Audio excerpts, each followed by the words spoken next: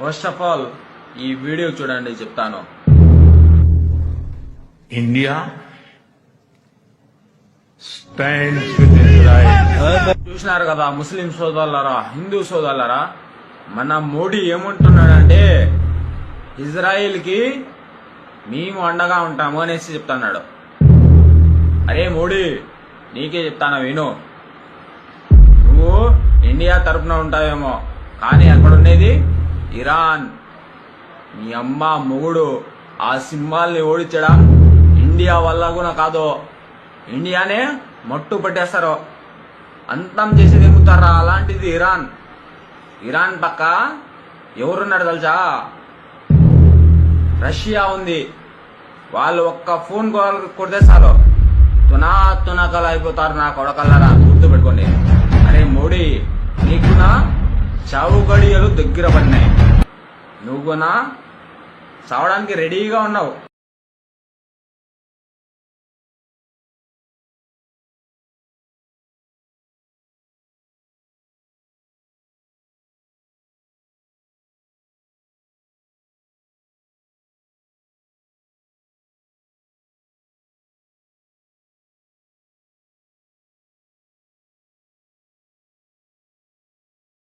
Ready sir. అందరికీ నమస్కారం.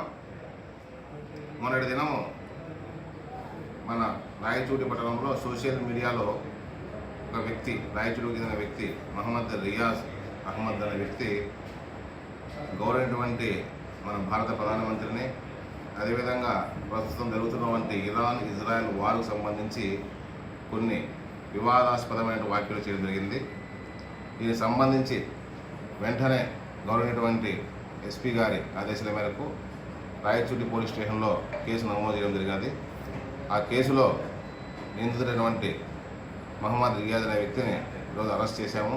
Court ముందు కూడా ప్రవేశపెట్టడం జరిగింది.